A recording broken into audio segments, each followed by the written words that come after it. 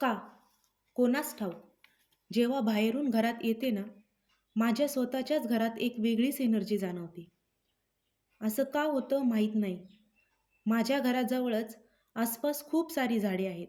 घराच्या आजूबाजूला एक किंवा दोनच घरे आहेत. घरामध्ये एंटर केल्यानंतर वेगळीच शांतता जाणवते. बाहेरची ऊब आणि घरातला गारवा यात खूप अंतर आहे. मला असं वाटायचं की माझ्या घरात शांतता खूप आहे, सुखावा खूप आहे.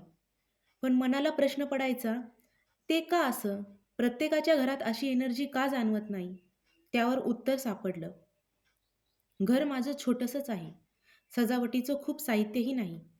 पण माझ्या घराच्या प्रत्येक कोपरा मी माझ्या हाताने, शिवाय आनंदाने स्वच्छ करते.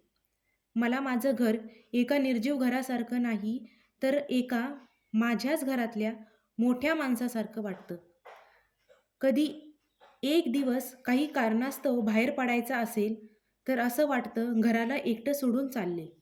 म्हणून बाहेर पडताना माझ्या घरातील माझ्या मनाचं उच्चस्थान, माझं देवघर, माझ्या देवापुढे थोडा वेळ मी शांत बसून म्हणते, देवा, एक दिवस बाहेर चालले, आपल्या घराकडे लक्ष असू द्या. सांगायचा मुद्दा असा, की घर फक्त वाळू, सिमेंट, वीट यांपासून बांधलेल्या चार भिंतीचे नसून ते आपल्या आनंदाचे, आपल्या सुखाचं आणि आपल्या कुटुंबाचा एक भक्कम आधार आहे. म्हणून आपल्या घरात कोणतेही काम करताना एका वेळी एकच काम करावे. कारण काम नीटनेटके आणि स्वच्छ व मन ओतून काम करण्याचा प्रयत्न करावा. प्रत्येक गृहिणीने स्वतःला असा छंद लावून घ्या, की मी जे काम करीन ते स्वच्छ आणि नीटनेटके करीन आणि एका वेळेस एकच काम करीन. म्हणूनच म्हणते, बाहेरची निगेटिव्हिटी घरात येण्यापूर्वी घरात एवढी पॉझिटिव्हिटी वाढवा, की निगेटिव्ह एनर्जीला जागाच नाही राहिली पाहिजे. इतकं घरातलं वातावरण प्रसन्न, आनंदी ठेवा. घरातील अडगळ नेहमी काढत राहा. घरातला कानाकोपरा स्वच्छ ठेवण्याचा प्रयत्न करा.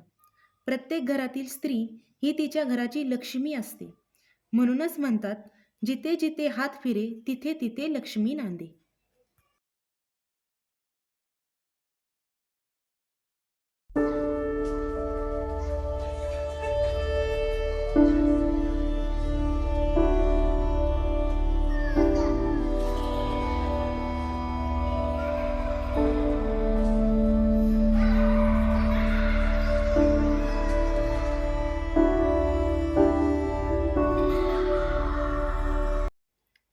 झाडे निसर्गाने आपल्याला दिलेली एक अमूल्य भेट आहे.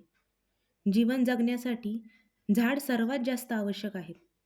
झाडं आपल्याला शुद्ध हवा देतात. झाडांमुळे आपल्याला सभोवतालचा परिसर निसर्गरम्य होऊन जातो. झाडांच्या सानिध्यात राहिल्याने आपला ताण, नैराश्य आणि स्थूलता कमी होण्यास मदत होते. डिप्रेशनमधून स्वतःला बाहेर काढण्यास मदत होते. झाडे कधी-कधी काही बोलत नाही, पण त्यांच्याकडून घेण्यासारखं खूप काही आहे. जेव्हापासून मी झाडांच्या सानिध्यात राहायला लागले, तेव्हापासून मनाला खूप शांतता वाटते. झाडे आपल्याला हेच सांगण्याचा प्रयत्न करतात, की सतत दान करा. छोटा-मोठा असा भेदभाव करू नका.